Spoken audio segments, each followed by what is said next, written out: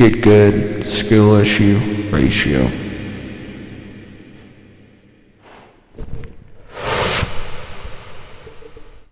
Hey, all you beautiful people. Glad to see you guys all tonight. This is video 2, of day 2. So, today we're gonna do a little bit of a boss ranking. What? He's actually doing, like, gaming and stuff that he promised a month ago? Yes. So, today, we'll be taking a look at the boss rankings, or ratings, from Dark Souls 1. So the way that I'll be doing it is they're all in alphabetical order. And I'm ranking these guys on difficulty, how easy it is to beat them. Now, there's a difference between, like, difficulty and how easy it is to beat them. Difficulty is how hard they hit, and basically how much damage. So, damage output and damage input. And also the design of the bosses. So, yeah. And whenever I mean, like, design of the bosses, I also mean, like, what weapons they're using, and also what they look like. So, the first one we're going to cover is, unexpectedly, the first boss of the game, the Asylum Demon. So now, before I do start, I have played the game 3 times, so I have definitely gotten good. But, anyways, so the Asylum Demon. I ranked it 8 out of 10. Now, here's why I ranked it 8 out of 10. I think that's a good boss. It's very simple once you really get to know it. But what it does, though, is that it says, especially towards the first of the game, because for a lot of people, that was their first game, aside from Demon Souls. So the game was like, okay, yeah, we got you some good little enemies at the boom, and then you have the Asylum Demon, and, the first time you see him, you try to fight him, but, you're only doing 56 something damage or whatever, and you're like, oh gosh, I'm not able to beat him. And then you figure out, after five times to dying to him, you figure out, you're supposed to avoid him and run away from him. And then they give you better gear and stuff, and it's just a really, really good way of teaching the people, hey, you don't have to beat a boss the first time. It's okay to step back and say, okay, let me go get some better gear. Let me, go get some higher level or whatever. And that's something that I think is really good. And, there's not really any cheese to the boss, aside from black fire bombs, or the fire bombs. But, and also design of the boss, I think that's really good impending boss look, because of the fact of, it's the very first boss, and you're not expecting that, and so for some people, for some people I know, like, that was like, I'm done playing this game, bye. So, number 2 is Bell Gargoyle. Now, the Bell Gargoyle, I also ranked number 8, also ranked 8 out of 10. So now, I really liked the Bell Gargoyle because it also showed you summoning, and you also got to, play with your boy, my boy, Solar, praise the sun. Actually, no, I'm a Christian. I shouldn't say that, but anyways, so yeah, and I also think that, so this is the very first time you're ever, fighting, basically 2 bosses at once, and the way that you're able to like. There's different ways that you could go about it too. You don't have to just fight one and then fight the other. You could either have Solar, fight the one that's more on the melee side, and then you go fight the one that's just breathing fire and stuff. And so there's many ways that you can approach it. And so I really think that it teaches the player like, hey, you could either just go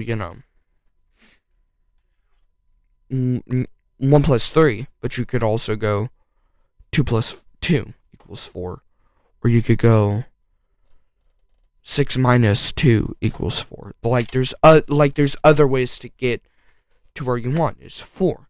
That's kind of the same way that you could do with the Bill Gargoyles. And that's really the very first time that you could really do that. So the third one is Capra Demon. So the Capra Demon, I ranked 9 out of 10. For a lot of people, this is where a lot of people quit. For me, I really love this boss. The fact that you use a the fact that they like put you up against like a crowd control type of thing, but there's no way to crowd control. You literally just have to your crowd control is literally maybe the stairs and the ledge, which for people who play the game, you know what I mean. And also, I think that the Capra Demon itself is not that hard. He's really slow. It's the dogs that get most people. But the dogs, you could hit them within 2 or 3 hits. So, it's kind of like, boy, you just need to get good. I'm using that echo a lot. I need to stop before I blow out someone's ears. So number 4 is Ceaseless Discharge. Now, I put this guy at 4 out of 10. Ceaseless Discharge, I felt wasn't even a boss. You literally just go back to where the gate is, and he follows you, and then he ground pounds, or he tries to ground pound you, but he gets stuck, and you just slash him a couple times with your sword, and he's done. And it's just like, but I'll be completely honest with you, I really like the lore behind him, which I'm not gonna get into the lore with a lot of these guys, just because whatever, I have to save some time. But number 5 is a Centipede Demon. Now I put this guy at 5 out of 10. So I did that because Centipede Demon is a good boss, but he's also a not so great boss. I feel that it's because of the lava. I don't really like the lava. And also like the way that they give you a summon, which happens to be Solaire, but they kill Solaire. So it's also like, because of the lava, and they don't like make the AI go, oh, I shouldn't be inside the lava. So within 2 minutes of fighting, your summon dies, and you've only tackled a quarter of his health bar. But I really do like the design of the boss, and the fact that if you like attack its tail, the tail will like start jumping at you and becomes like a mind of its own. So now you're fighting like basically 2 bosses. So I think that it's more of the mechanics of how the boss, per se, not how the boss fights you, but per se how everything around you reacts to that boss battle, that can really either make or break that boss battle. So number 6 is Chaos Witch Quelaag. Now I put her at number 6. I know that for some people, they like the boss because of the booba. But me personally, like me being a Christian, I don't focus on that stuff. I'm clean. But but with all due seriousness, no, it's a good boss. It's the very first time that you really ever see like an AOE attack that will affect you seriously, which is really really nice. Obviously the area of where you get to is a little crappy, Blighttown. I don't think it's as crappy, but still not that great. But yeah. So number, I think that's 7. Crossbreed Priscilla. I ranked her a 9 out of 10. I love Crossbreed Priscilla. The lore is really cool, and also the fight is really really cool. She turns invisible, in the way that you find her and you're able to fight her is they like give you footsteps in the snow, which I think is really really cool. Um, and also the fact that if you get her tail, you get like a really really good dex weapon. So, but yeah, number 8 is Dark Sun Gwendolyn, 6 out of 10. It's an okay boss. To be honest, there's not a lot to talk about it. Um, Demon Fire Sage, I put him at a 5 out of 10. I know for like a lot of the player base, they don't like Demon Fire Sage because he is a reskin, but I think he's okay. In my opinion, I think that the Stray Demon is better. I really liked how the Stray Demon had that AOE. But I think that after you fight the Stray Demon, Demon Fire Sage is just kind of like okay, I guess. Four Kings. I ranked them a 7 out of 10. Again, like, Four Kings was good. It was a good DPS check, but it wasn't good. Like, especially at times, it became annoying. Um, especially on my second playthrough, it became annoying, but, like, it was okay. Um, so I think that this is 11. Gaping Dragon. Now, I ranked her an 8 out of 10. First of all, design is really, really good. But also, it's just simple. It's just simple, but also, the length of the fight can vary.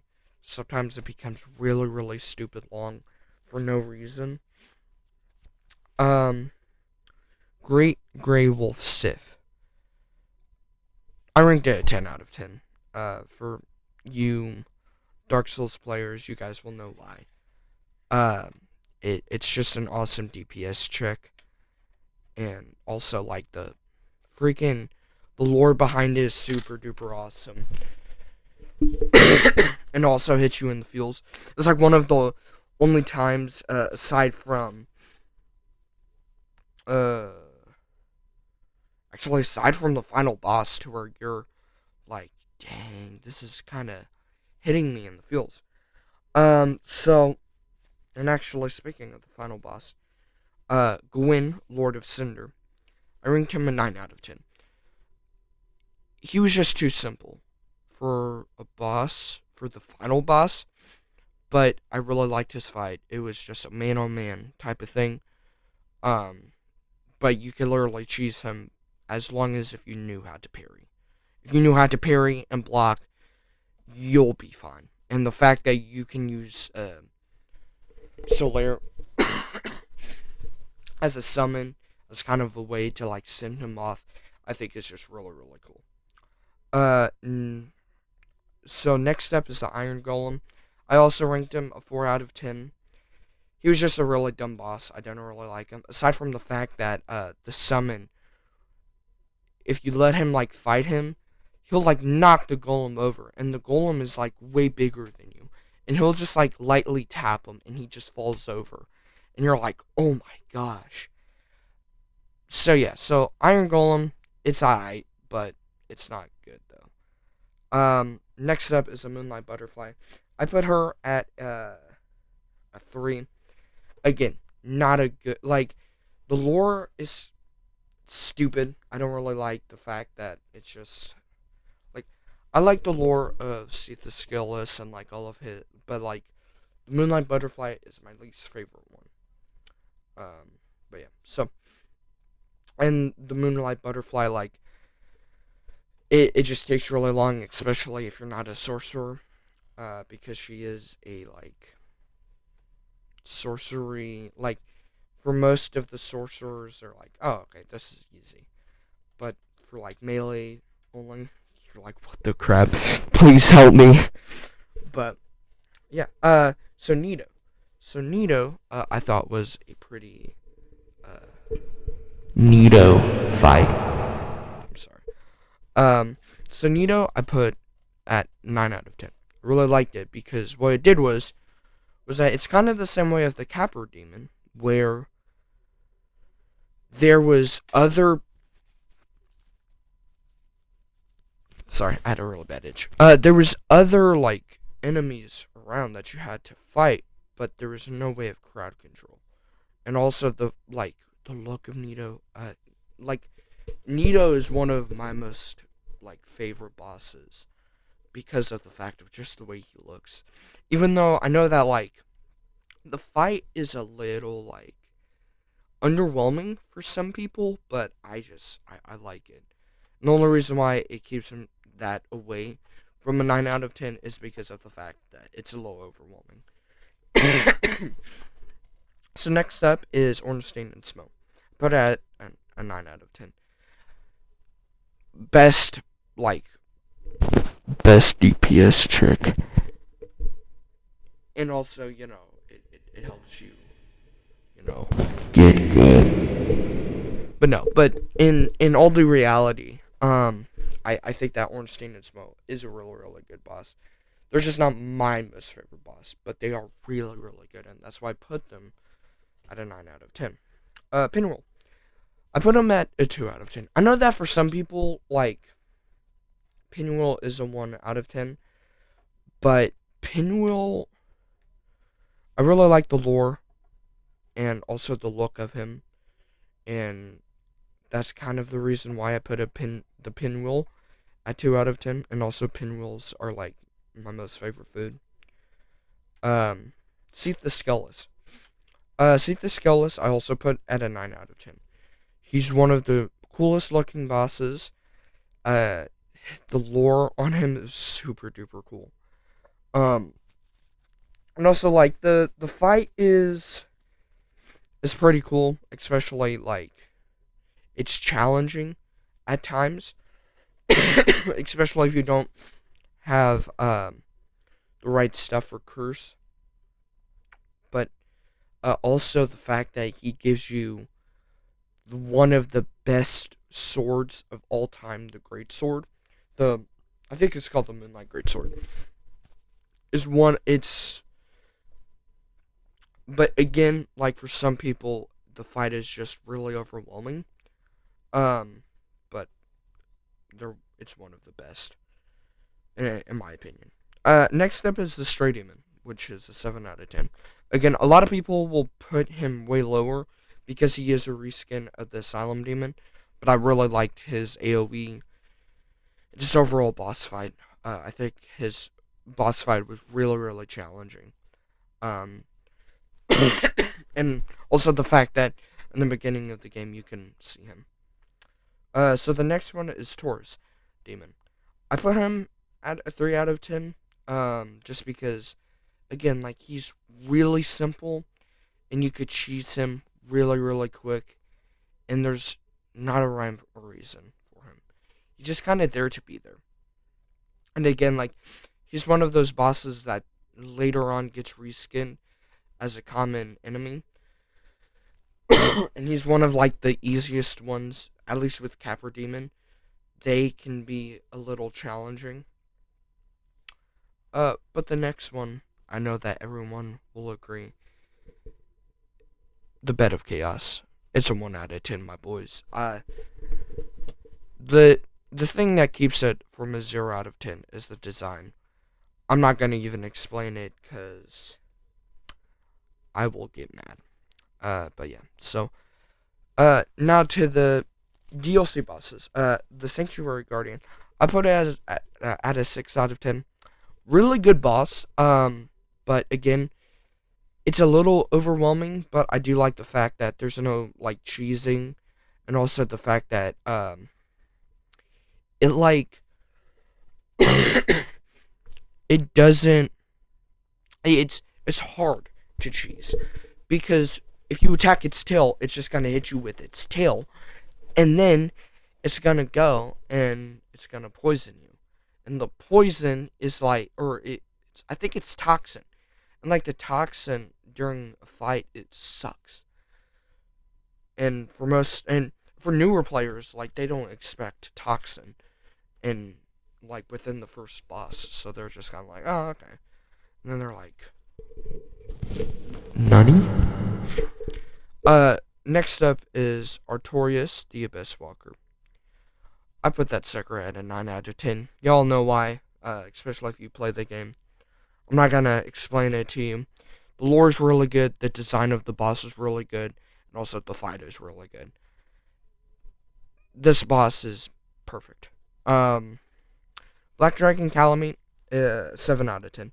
This is a cool boss. It looks really, really cool. The fight is good. And there's not really cheesing. Again, same thing with Sanctuary Guardian. The only thing that does bring it up like one more point over is the fact that the way that looks. Last one is Manus. Again, 7 out of 10. This boss is really, really hard. But also the lore behind it is really, really cool, and also the design. The one thing that I will say though that I don't really like is the fact that like it's a black background with a black enemy, and I'm like, why would you do that? Anyways, people, thank you all for watching. If you guys like these boss rankings, I think it's in a day or two, I'll be doing another boss ranking. So, yeah, see you all later.